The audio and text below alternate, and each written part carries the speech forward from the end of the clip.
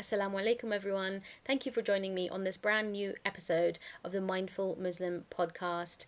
I spoke with Sakinah, who is amazing. She shared her thoughts on suicide prevention, how we can foster relationships that will allow both sides to be open and talk to each other in a way that is helpful and in a way that is allowing conversations to open up about suicidal thoughts and normalizing suicidal thoughts, amongst lots of other things. So I really hope that you take a lot away from this conversation, and inshallah I will see you on the next one.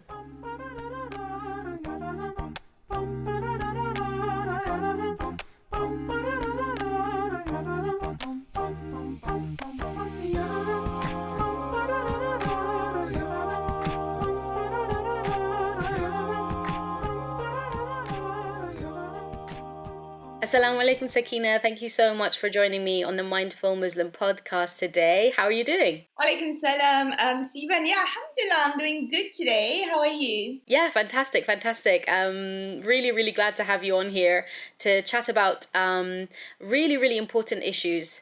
And I'm just going to kick off the questions really by asking you to introduce yourself, tell our audience who you are and what kind of work it is that you do. Thank you, Sivan, for that first question. Yeah, so I'm a community development officer from Papyrus. So if you haven't heard of Papyrus, it's actually a national charity aimed at the prevention of young suicide. So yeah, what I typically do on a day-to-day basis is that I engage various and diverse communities in London and also outside of London, and basically raise awareness about suicide and the impact of suicide in societies and communities, and also promote suicide prevention. So essentially what I do is I equip our volunteers and also professionals, from various industries on suicide prevention skills. So that's what I do. So, Sakinah, I want to start by asking you about why suicide itself is a topic that we should be talking about. That you've mentioned that this is the realm that you work in, but it is, for a lot of people, a difficult subject to talk about. And in terms of looking at it from an Islamic lens as well, again, it can be even more difficult to speak about. So what are your thoughts on that, and why do you think it is an important subject to discuss? And indeed, of course, this is your career. This is what you've decided to do in your career. So let's start there. Inshallah, tell us more about why suicide is such an important topic that we should be discussing. Thank you so much, Sivan, for that question. Yeah, absolutely. First and foremost, I do think that suicide is still very much shrouded in stigma and shame. There's a lot of barriers to talking about suicide. I think if I say generally speaking, and I'm not talking about just Muslim communities, I think death as a topic itself is a very uncomfortable topic for some people. It can be quite difficult to talk about. Grief is a very difficult thing to experience as well. And yeah, I think surely we can understand why suicide is that extra sort of there's a lot more layers, when it comes to talking about suicide. So yeah, I think first and foremost, the stigma around that. And traditionally, what we know is that suicide has been commonly associated to a crime. In the UK itself, suicide was a crime about 60 years ago, but it was decriminalised in 1961 in England and Wales, in 1966 in Northern Ireland, and interestingly enough, it was never a crime in Scotland. So I think that kind of context itself, and I'm pretty sure, globally as well, where suicide, was a crime. And we do have to acknowledge that in certain countries itself, suicide is still a crime. And we do know that, in Islam and perhaps, in other religious traditions as well, suicide is often associated to being a sin, committing a sin. Because, it goes against the will of God, when you want to take your own lives and so on and so forth. So definitely, when you talk about in Muslim communities and in Islamic context, there's a lot of that, connotation to suicide. But also, generally speaking, it's not an easy topic to talk about.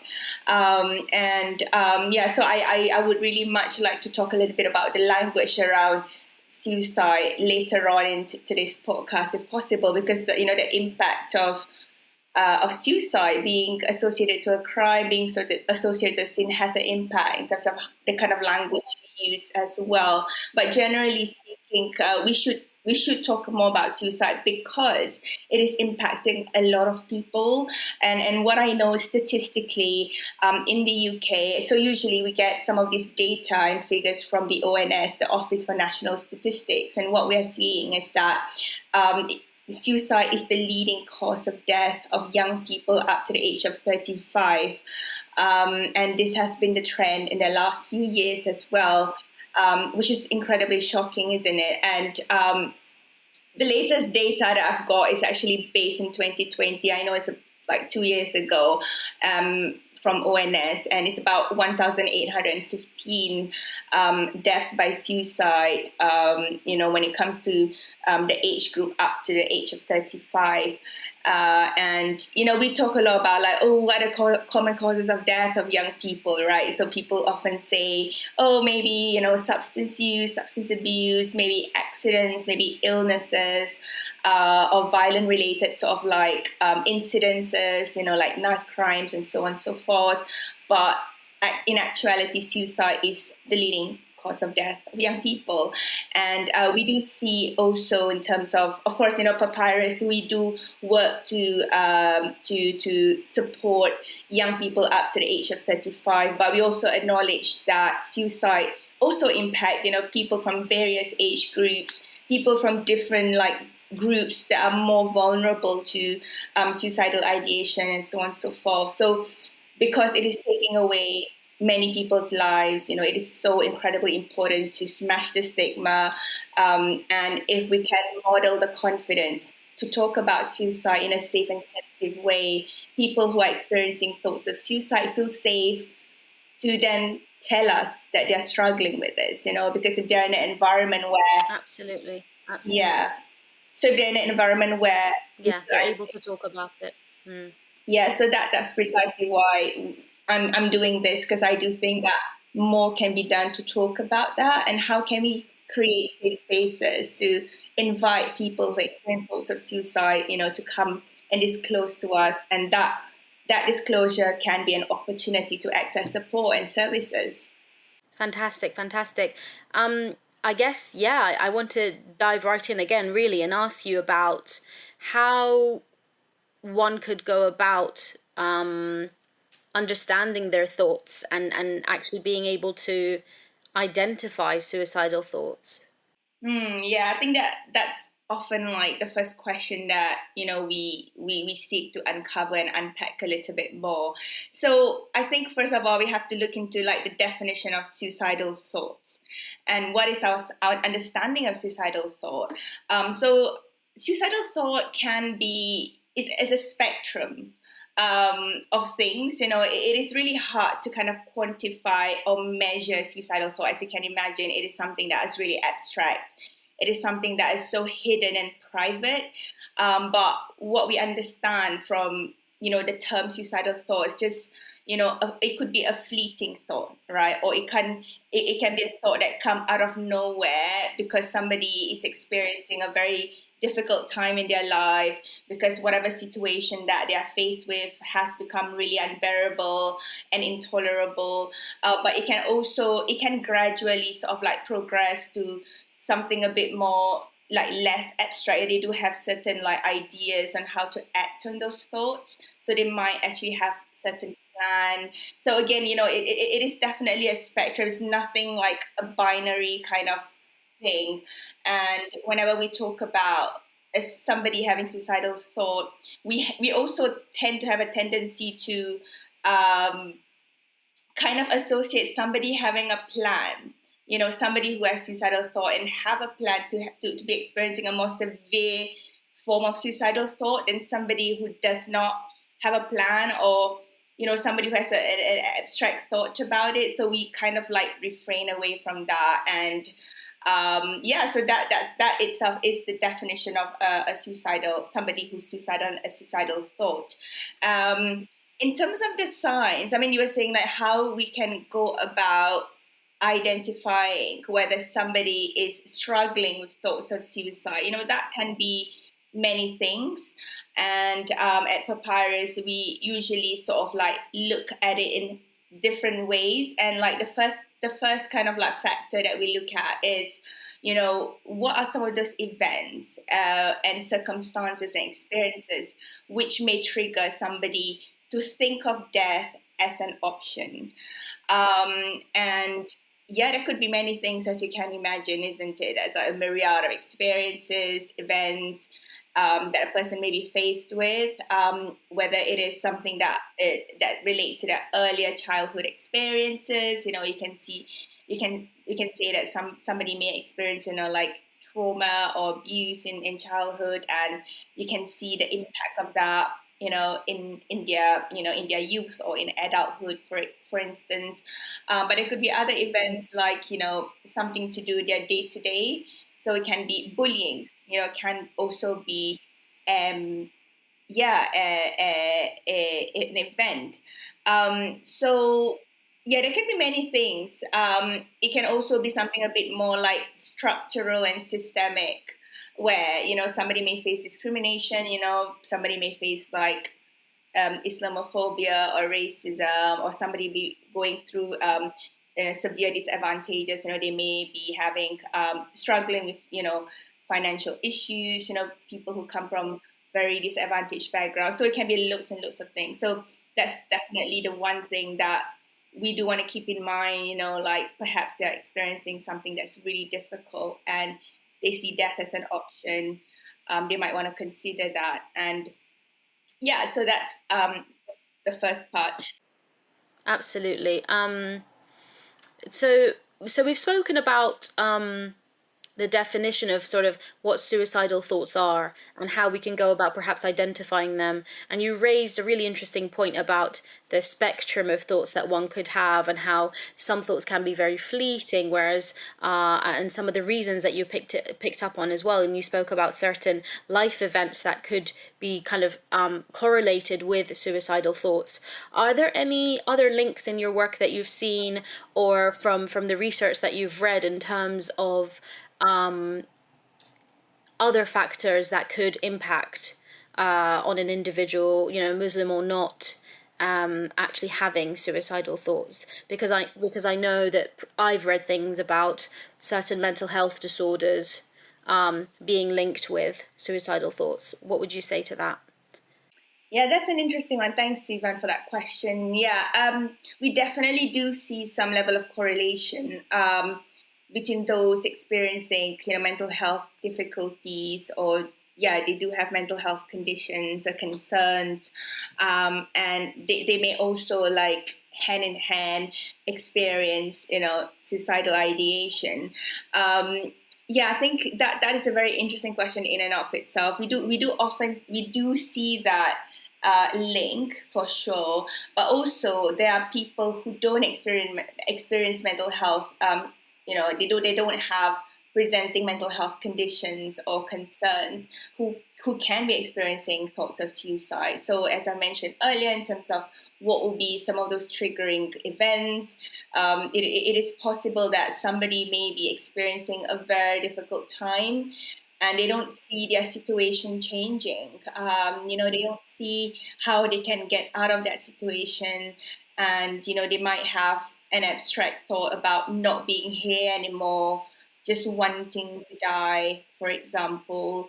They may not have a clear plan, but they're just wanting it all to end.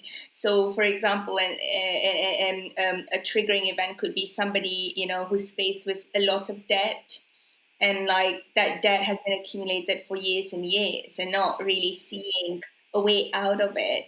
They feel like they're so consumed by all of that they have to pay. So I think they may not have mental health concerns maybe, but they could be, yeah, struggling with that thought as well.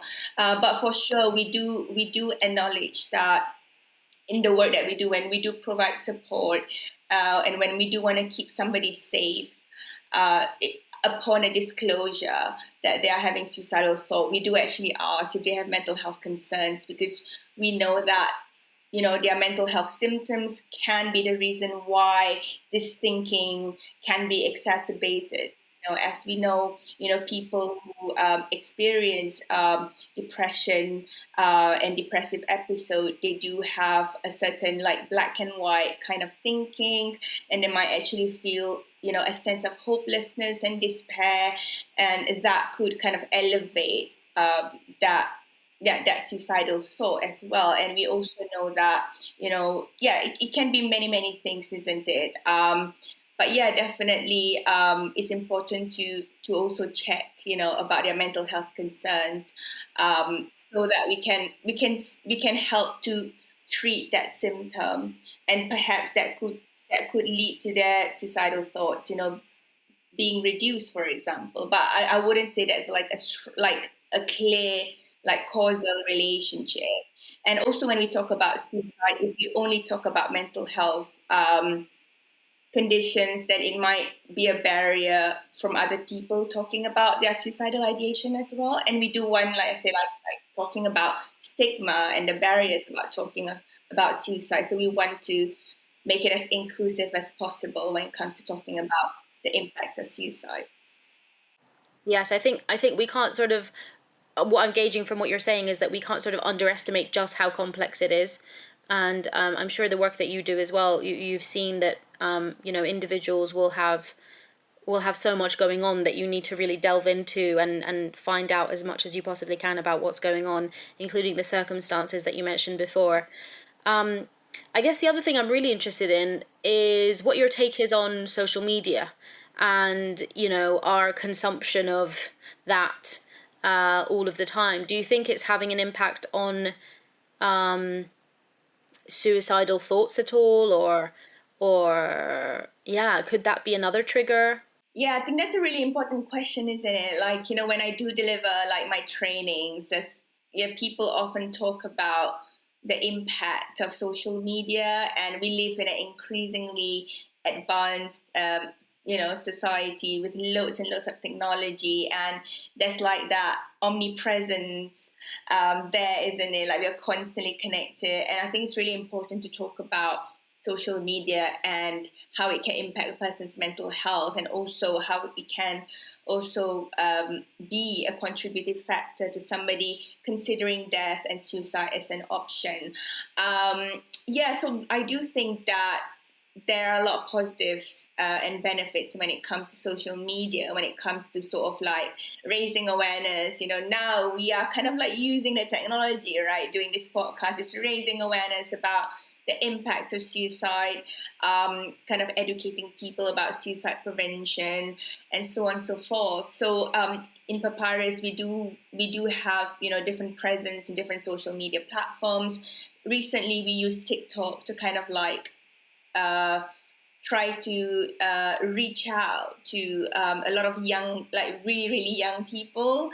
I mean, I'm not on TikTok, but yeah, I think it's really important to like use social media to sort of like raise awareness around suicide as well. So there's been definitely be a lot of positives to that, and also people use that as a way to connect and engage in certain contents and helpful contents as well. But of course, I think the downside of social media is that it, yeah, it is, like I said, like it's always is 24 hours, isn't it? Like we can be connected anytime, and also like using, like seeing other people's highlight reel, and I think that is really that can be really, that can have a bad impact on a person's mental health, just like comparing their sort of like life to other people's highlight reels, and how their lives pale in comparison to that, and also experiencing FOMO, the fear of missing out, and so on and so forth, and feeling like, yeah, not feeling like they're enough. So I think those definitely can exacerbate some of the kind of like feelings they have about themselves, their sense of self-worth, their self-image, and so on and so forth. And I think it's another great reminder, Sakina, to it's another great reminder to really be trying to protect ourselves as much as we can, and look after ourselves and look after our well-being, including our mental health. And one of the ways, may well be looking at our social media feeds, or different platforms that we're on, and seeing, maybe now and again, filtering who we are following. What organizations are we following? Are they uplifting me, or am I just comparing and feeling inadequate, and feeling, I don't know, ideas of just uncomfortableness, or feeling like a failure? If those kind of things are coming up for you, or indeed anger, I don't know, does that mean that you should start questioning some of the, whether it's influencers or organizations that you're following? The next thing I'd love to move on to is self-harm. So do you think that there's a link between self-harm and suicide? Is there work that you've done sort of personally on that, or research that you've read about that particular trigger? Yeah, thanks for that question. So, definitely, there's a correlation between self harm and suicidality, and we do see self harm and suicidality coming hand in hand. Um, there are people who engage in self harm for with the intention of suicide, for example, and definitely it's important then that we do actually take. Yeah, you should take all instances of self harm and disclosure of suicidal thought very seriously. I think it's very important to also see self harm in as a phenomenon in and of itself. And what we understand is that, I mean, the definition of self harm is somebody who injures themselves, as is physical reaction to an emotional pain, and they can do that for various reasons. And suicide definitely can definitely be one of the reasons why they're engaging in self harm. But we also acknowledge that there are people who engage in self harm for other reasons. It could be they want to assert some form of control. Maybe they feel that in some areas of their life they're not having a lot of control in, and they use that as a way to assert control. And sometimes people use self harm as a form of release. People use that as a form of punishment. They just want to feel pain, for example. So there could be loads and loads of reasons why people engage in self-harm. And I think a lot of conversations around suicide has often been put together with self-harm. And I can definitely see why that's being done, because,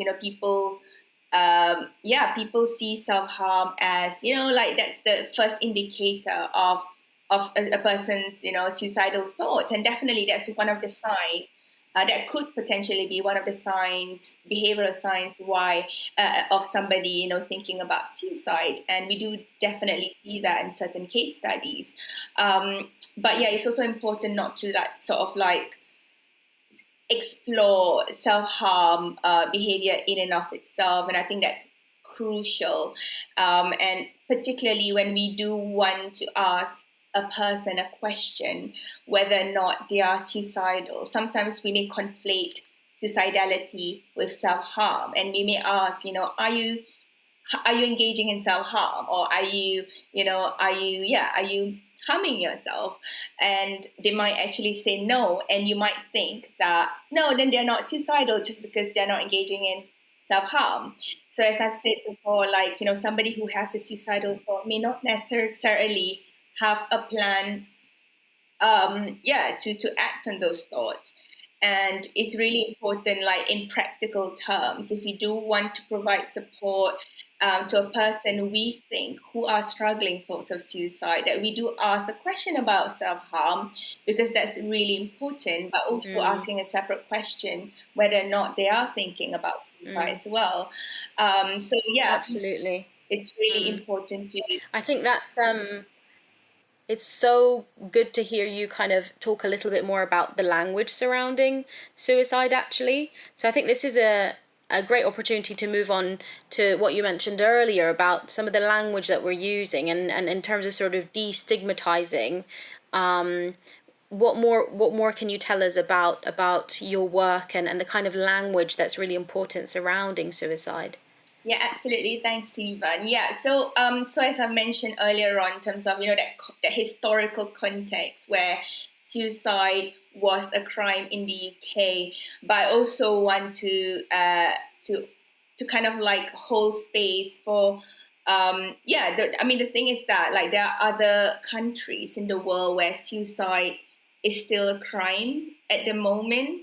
And I do invite you to, like, at your own free time, do Google that. There are still a few countries in the world where suicide is still a crime. And of course, when we do look at some of the in religious context as well, we do see, taking away our lives is definite. I mean, it's a sin. And so because of this kind of context, I think it also impact the kind of language and words that we use. And I mean, have you heard of the term committed suicide before? Yes. Yeah. Mm-hmm. So we often hear somebody saying, committed suicide. We do. I mean, I personally have used that before I joined Papyrus. I see that in official reports. I see that in publications. I have heard of professionals using it, also laypersons using that. And I mean, it's not to say that, oh, that's a bad thing. It's really because, it is a commonly used phrase. But we usually advise, try to educate people not to use that term, because when we say somebody committed suicide, it still very much associates suicide to a crime. So it's because you say somebody committed a murder, somebody committed theft. So when we say somebody committed suicide, it's almost saying that they're committing a crime, and that itself could be the reason why they don't talk about it, isn't it? Because it's still very much stigmatized inside. We shouldn't talk about it. So a good alternative to that could be, somebody died by suicide. Just using very neutral language. Just like how we would say somebody died because of a heart attack, somebody died because of an accident, somebody died because of suicide, somebody died of suicide, or somebody died by suicide. And also similar to that, deaths by suicide, right? So that is something that I would definitely recommend. I do also acknowledge that in certain cultures and communities, you might not want to use the word suicide because it's more heavily stigmatized. If we do engage children, for example, right? Very, very, very young children, or maybe children with learning difficulties. They might not understand suicide, so we don't have to say suicide. We can say somebody take their own lives, somebody ended their lives, somebody's thinking about, dying. So these are some of the better alternatives I would definitely suggest. We also say somebody attempted suicide if they attempted, because that is very neutral and factual as well. But we want to move away from putting value judgments in those language. We don't want to say, somebody successfully attempted suicide, or that attempt was unsuccessful, or that was a failed attempt. So using words like successful, unsuccessful, failed, definitely put a value judgment there. And it's almost sort of like glorifying the act of suicide and almost saying that they're a failure as well. So we want to stay away from that. So instead of saying successful attempt, you just say they died by suicide. Instead of saying failed attempt, we say somebody survived the suicide attempt. So that's some of Yeah, this. yeah. So interesting, and yeah, great to have your expertise on that for sure. Actually, when we were just having a chat before the podcast started, we did talk a little bit about other mental health conditions, and could suicidal thoughts be a symptom of that? But we also spoke a little bit about thinking of suicide as a condition or an illness in itself. So I'd love to hear some more of your thoughts on that. Hmm. So the question is whether suicide is an illness. Is that a question? Yes. Okay, so I think first of all, when we do talk about mental health and mental health concerns, whether somebody has a certain like difficulties or concerns like depression or anxiety, we usually try to move away from the language of illness, because I mean we usually say, somebody has a mental health concern, somebody has mental health symptoms, for example. And I think traditionally, if I'm not wrong, that we use a lot of that biological and medical model to really understand some of these, mental health conditions and mental health concerns. And I think similarly, I would apply to suicide as well. Just looking at suicide as an experience, or something that's affecting somebody, because they find whatever that they're faced with really difficult and find them very intolerable or unbearable, and it's really they do see death as an option. So I wouldn't say necessarily that suicide is an illness. I mean, it's something that happened, and it is a symptom definitely of whatever it is that a person is struggling with, whatever it is that a person's experiencing. And there are different ways that we can provide support to somebody who may be struggling with thoughts of suicide, and may act on those thoughts and attempting suicide as well. So that's definitely my response to that. Absolutely, thank you. I guess the next thing I'm interested to find out, Sakinah, is what we could do as communities. So you mentioned your role in Papyrus is engaging with different and diverse communities. So what are some of the efforts that you could share with us that as a collective community we could do to try and destigmatize this topic of suicide and normalize that conversation? Yeah, I think the first step definitely has to be, how can we openly talk about suicide? So I always think that that's the first step. And how do we, I think when it comes to like kind of like collective collaboration, when it comes to this, it's really just working alongside people in your communities. I would say work with mental health experts, work with teachers, work with parents, because it may be happening in families and we don't talk about it. Talk to religious, teachers like imams, and sheikhs.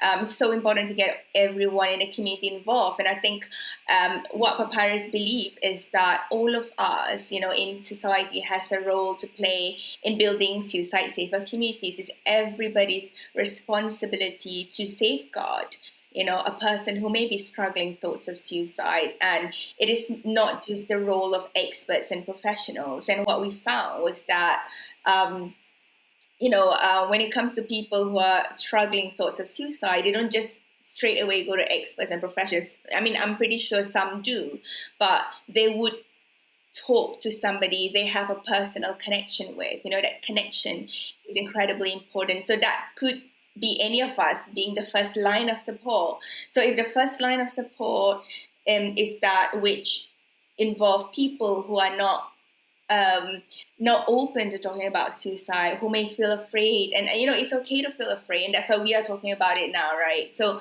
we need to be equipped with how we can actually talk about suicide. So I think first of all, just making sure, like I talked about language earlier on, use safe and sensitive language. We want to refrain from putting a lot of value judgments when it comes to responding to a person in disclosure. So we don't want to say like, oh, that's just a phase. Oh, you're going to get over it. Those kind of phrases are really unhelpful. And we don't want to say, oh, like you talk about in the religious context as well, we want to stay away from just saying, you just go and pray, you shouldn't be thinking about their stuff and all that. So I think it's so important to kind of like be open to listening to that. And the more that we can respond safely and sensitively to suicide, the better it is. And we've done an extensive review on loads and loads of studies that explore the relationship between talking about suicide and whether it prevents it. And the biggest common misconception of suicide is that talking about suicide increases the risk. But we found the opposite of that. If we talk about suicide in a safe and sensitive way, it can actually reduce the incident of suicide. And the research has shown this again and again and again. So it's really about how do we want to talk about it safely and sensitively. Lovely. Sakina, do you think you could give us some advice on that? I know this is a little bit of a tangent, but it would be great to see what kind of advice could you give around perhaps a parent who has a child, maybe a teenager, who has come to them and has been open about how they're feeling? How should that parent respond? Or equally, if it's a sibling, or a relationship where a friendship where a friend comes to you and shares that kind of information. You may have already been aware that my friend is struggling with a mental health concern, for example, and then they come to you with this kind of information. What is the ideal response there? Yeah, so I think the first best way to respond to a disclosure is really listening empathically and compassionately. And it's so important, like I said, like withhold judgment, saying thank you for sharing. This must be so difficult for you to share, but thank you for being brave to share. Thank you for trusting me with this information. Okay. And just kind of like ask very open ended questions. And I would suggest, yeah, you to explore a bit more, because sometimes, we are very quick to kind of let's talk about how to support you, right? Sometimes somebody just tell me, hey, I've got a problem, and then you might respond, okay, let's talk about the issue. This is what you should do. This is what I'm going to do to you. I'm going to refer you to somebody. So it can be very solution focused, which is incredibly important, isn't it? I mean, of course, if the person just came to you to say that they want to act on these thoughts, and then you definitely need to activate emergency services. But if they've come to you to say, I've been struggling with this, I've not been feeling great, and I'm really thinking about dying, and I'm thinking about, just taking my own life, and I'm just sharing with you about my struggle. So that's an invitation for you to really have a conversation with them and ask them, what led them to feel this way? What's been happening? What's been happening in your life? Can you share a bit more about, yeah, what's going on, if you're comfortable in sharing, right? So I think we also need to remember that when somebody just disclosed to us about their suicidal thought, that it might actually be their first time doing that. Knowing how suicide is still very shrouded in stigma and shame, um, it may be the case that if a person share with you, it's very difficult for them to share that. So we want to kind of like give them that space to really share about their experiences. And I would say that's the first step, to kind of slow down a little bit on like, oh my God, what am I going to do? But to really putting out back to them and say that, I'm interested to hear about what you're struggling with, right? I'm here to listen to you. And yeah, I think that's the first. Absolutely. I think hearing you say that, it's really sort of put my mind at ease if that was to be me, in the future. I think the way that you've explained it is really clear that whoever it is, if that disclosure comes to you, then it's about not panicking, because I can imagine that parents as well might be that just thinking, how am I going to fix this, how what what's going to solve this. As you say, it's very, very solution focused, and you're just terrified, and maybe it's that fear of the unknown as well. But actually just taking a step back and acting more empathetically, taking it slowly, and listening seems to be really, really important. Absolutely. And Was there anything else there that you wanted to add? yeah, sure. And yeah, I just want to add on to that. Like, I think it's absolutely okay if people feel panicky and they feel maybe sad and upset, or just really worried and anxious. And we are human after all, and we do experience those feelings, but definitely just being aware of how we are presenting them to the person who just disclosed. Because sometimes, I mean, again, there are different schools of thought today. I mean, I think that if we do show our panic emotion, sometimes the person who just disclosed would just feel like, oh my gosh, I just worried. I just caused this person to be very worried and they might actually feel like they're a burden. So these are some of the barriers why some people don't talk about suicide. They don't talk about suicide because they're worried. They might worry other people. They might worry their parents. They might worry their siblings. They might feel like a burden. So it's really important that we are aware that those are the barriers, and how can we kind of like maintain that calm exterior whilst also experiencing those emotions, right? It's not to say that we can't feel those emotions. It is absolutely terrifying, right? If, let's say, a child just came to you as a parent and said that they're thinking about suicide, right? So as a parent, like, it's very natural for us, like, no, like, let's talk about how we can help you right now. But yeah, it is really important to just first of all listen to them. And I think um, it's really important to kind of like talk to them whether they are interested in keeping themselves safe. So that's something that at some point in a conversation we do want to talk about safety, right? So we might want to explore a little bit more about what makes them feel unsafe. Have they had any plan? So it's great if they don't have any plan, but what were the trigger points? What can I do to for you to like to support them when they face those trigger points, right? So there could be many trigger points, I think, like what we discussed earlier on, but just kind of signposting to services that can help. So if somebody's experiencing bullying, we know that there's lots of like resources online. We can try and speak to, the teachers and some of the safeguarding leads in school. If somebody say that they're experiencing something in relation to their identity. So if somebody feels like they feel like they don't have sense of belonging in their school, or somebody face, prejudice for whatever it is because of their identity, then we need to start referring to those services. If somebody presents, like, oh, the eating disorder, something else. And it really depends on what the trigger points are.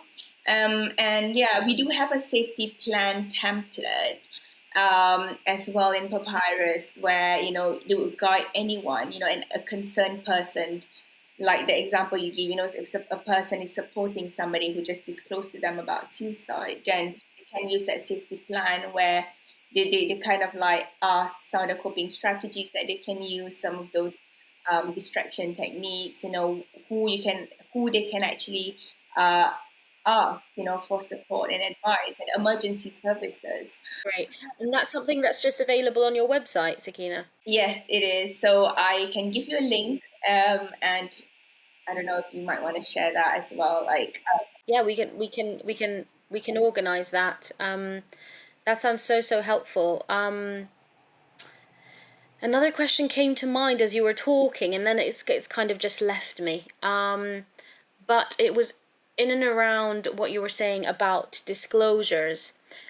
It's come back to me. I was thinking about how can we foster relationships that will allow our friends to open up to us? How can we foster relationships that will allow our children to come to us? What would be your advice around building those, relationships that are open?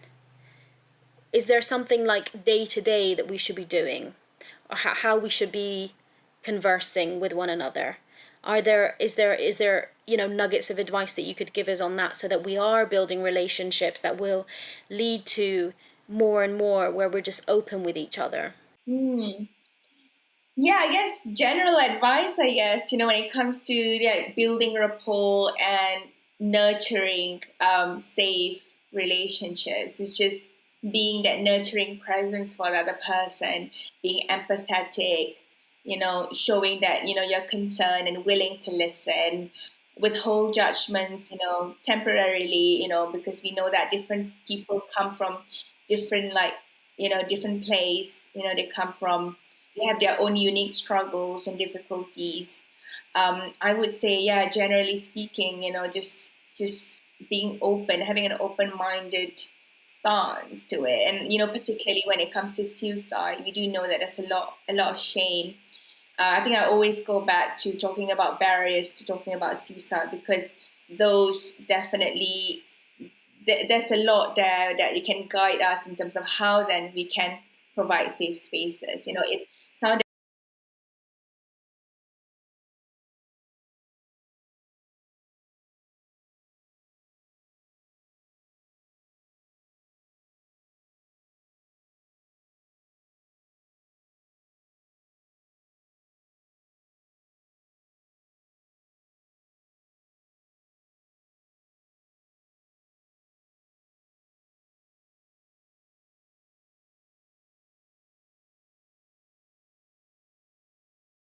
some people don't talk about suicide because they've been bereaved by suicide themselves. They've been affected by something very similar. So there could be many barriers, isn't it? But yeah, I think what I would do is that an easy way to talk about suicide is really to be very factual about it, right? So I think one of the ways I would do when I want to talk about suicide to my group of friends, for example, is to just say that, do you know that suicide is the number one biggest killer of young people up to the age of 35 in the UK? Do you know that 1 out of 5 people are thinking about suicide, according to Young Minds? So these are some of the statistics that I've got. So just kind of like dropping some of these do you knows, because by that itself, it does kind of normalize the conversation around suicide. We don't want to normalize suicide, but what we need to do is to normalize conversing about suicide, right?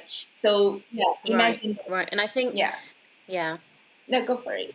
yeah, I think you've touched on another really important point there about sort of, yes, the statistics, but also the importance for people to realize that actually I'm not the only one.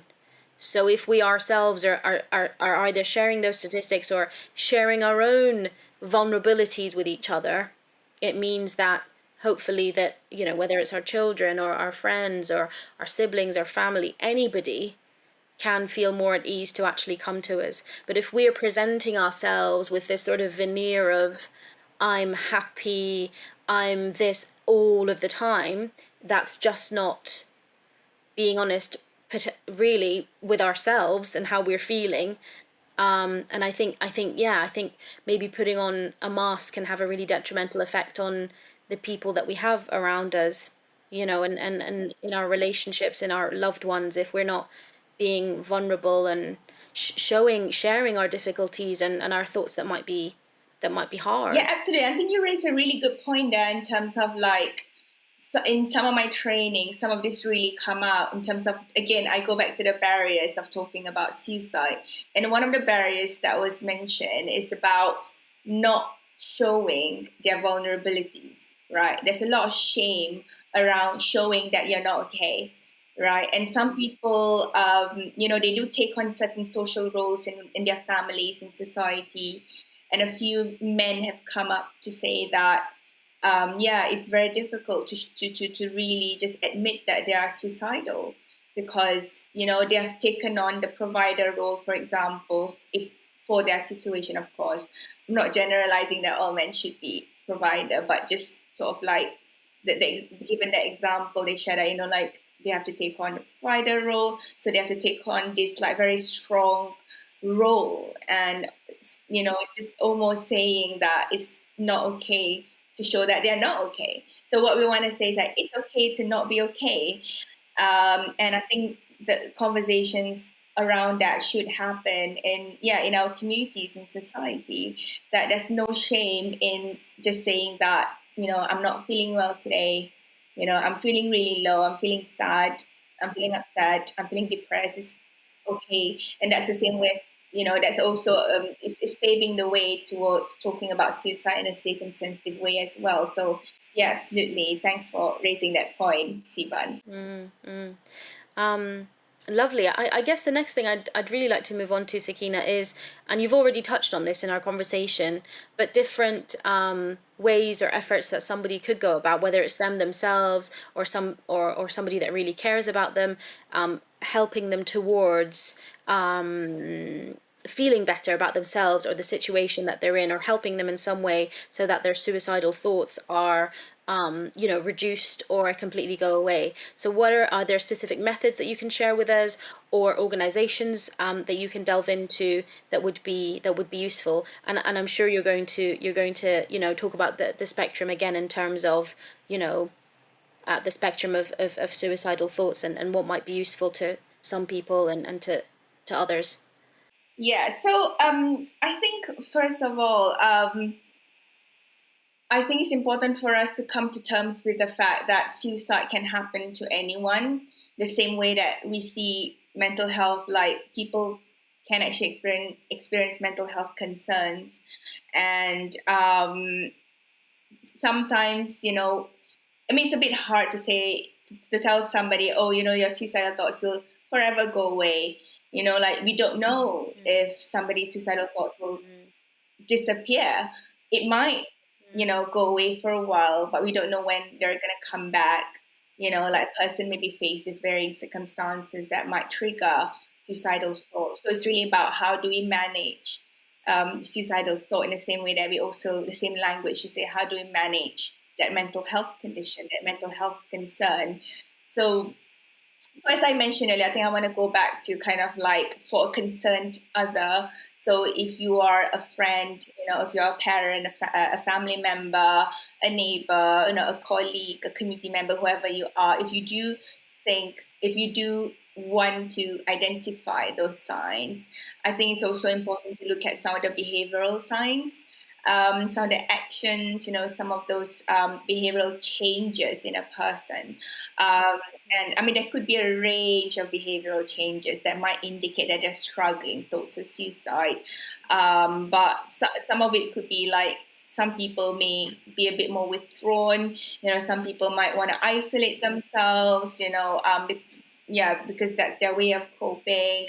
And that could be a sign that they're struggling towards a suicide. But some people could also be a bit more engaged in more impulsive sort of like behaviors, more reckless and risk-taking behaviors as well. Some people might start to take substances. They might abuse medications, for example.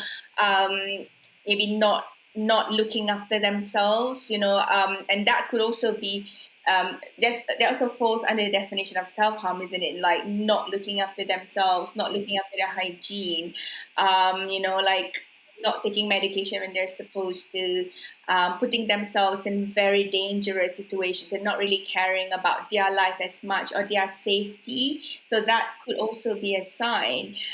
Some people might, research a lot more about suicide. Maybe they might ask more questions about it online. They might Google a lot more. And as we know, some people, when they do want to take their own lives, they do actually, get things in order. So they might actually, write a will, or they might actually clean up the home, or they might say goodbyes and seek forgiveness. There's all kinds of things. They might give their sort of like, their valuable items, for example, their possessions. And also self-harm, like we discussed, is also a sign if somebody is thinking about suicide as well. So there can be like loads and loads of like signs there, and also in the language they use. And sometimes some people might not directly say, oh, I want to kill myself, or they might not say, oh, I want to take my own life, I'm feeling suicidal. They might say things that would kind of make you feel a bit like, this sounds really uneasy, it sounds really troubling. So they might be saying something like, I can't take it anymore, I don't see this situation changing anytime. Nobody cares, nobody loves me, so like certain kind of language that might indicate that they're in a state of hopelessness and not seeing an end to it, a state of helplessness as well, saying that I'm a burden, I can't take it anymore, no one can do anything to help me. So it's that kind of sort of like black and white language there, which might indicate that as well. So there's obviously different like signs, and different people show different changes in their behavior again. So I think whoever it is supporting the person is best placed to really identify whether that's that change. But these are some of the things that, like if you are supporting somebody, you can actually watch out for some of these signs. And once you identify these signs, it's really important to explore that, isn't it? Like it's important to talk to them, like I'm noticing that there's been some changes, are you experiencing something, is there anything that you want to share with me, I'm here to listen to you. So like just having an open conversation about what's going on.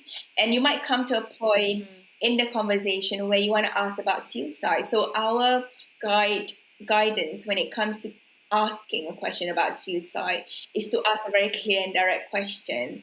We don't want to skittle around a question, right? I know that it is a very hard question to ask because, yeah, I mean, like it doesn't, it's not, yeah, it's not easy to be asking that question, especially if you've never had to ask before. But our guidance is that if you can ask a very clear and direct question that would lead the person to say yes and no, then that will be great.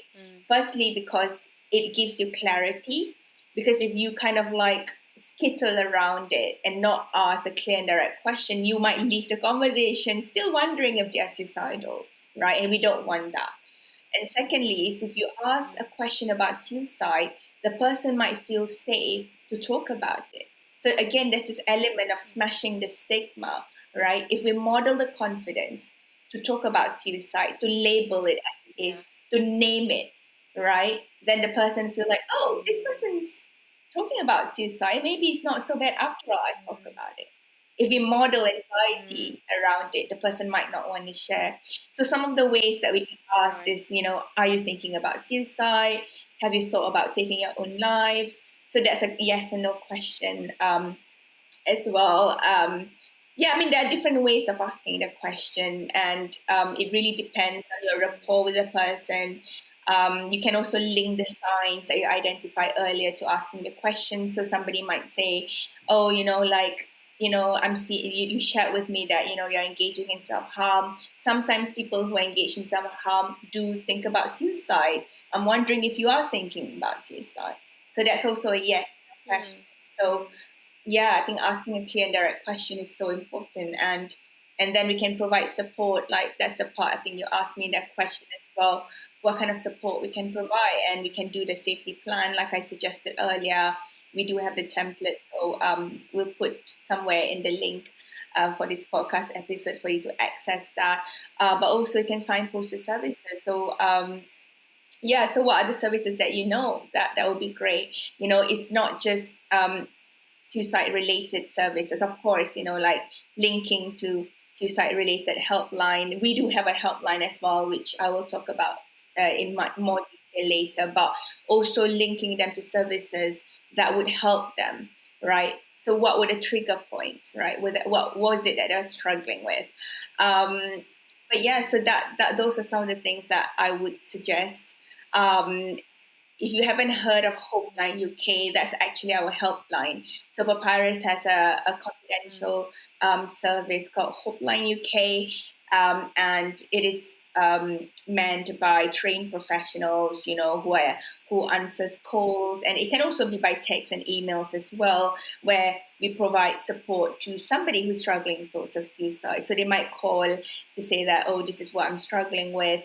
And what's great about Hopeline is that it also provides support to a concerned other, right? So you may not be a young person who struggles with thoughts of suicide. You might be a friend, a family member, a teacher, a community member, an imam, a friend who can just call our Hopeline to get that support as well. So so we can also put in the link as well, our number, and you can also access that support as well. And we are open every day from 9 in the morning until 12 midnight. So those are some of the ways. I know that it's a very comprehensive step, but yeah, I hope that that's clear. Yeah, absolutely, Sakinah.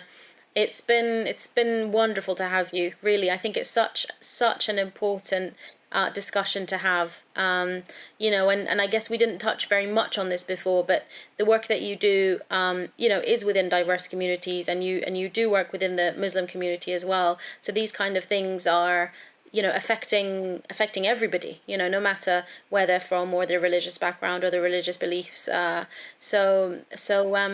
actually brings me to a close. But I wonder if there was anything else that you thought would be important for our viewers or our listeners, something that I didn't ask you that you'd like to share before we end. Thanks for that, Sivan. I think one of the things that I would like to further elaborate on was about, you mentioned about social media earlier on, and I think I also spoke about the importance of talking about suicide safely and sensitively. So like when you ask about, oh, like what's the link of social media and suicidality, it's also that we have to recognize that, social media is unregulated, right? It's not like in this kind of platform where, you have a host, wonderful host like you, or we have a facilitator, or we do a one-to-one sort of like conversation in terms of supporting somebody. Sometimes on social media, there can be unhelpful comments and unhelpful content. And I think it's really important that we are discerning with some of those content.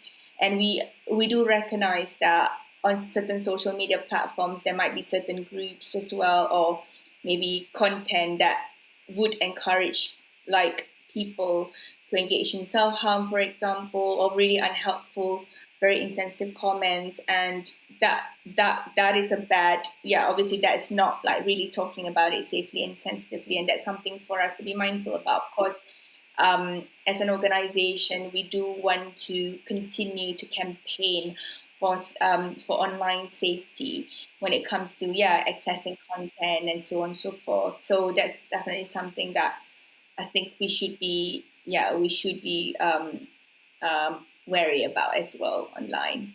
Absolutely, and I think just going back to the work that you do and that Papyrus do, in terms of thinking about the age group that you mentioned up to the age of 35, again, it's just so important that we're mindful and aware of that. Thank you so much again, Sakinah. It's been a really wonderful, eye-opening, educating conversation for me, and hopefully we can have you again on the podcast very, Absolutely. very soon. Thank you so much again for joining me. Thank you, Sivan. Assalamu alaikum. Wa alaikum salam. Jazakallah khair for joining me on this episode of the Mindful Muslim podcast with Sakinah from Papyrus. I hope that you found it a thought-provoking and interesting conversation, and inshallah I will see you on the next one.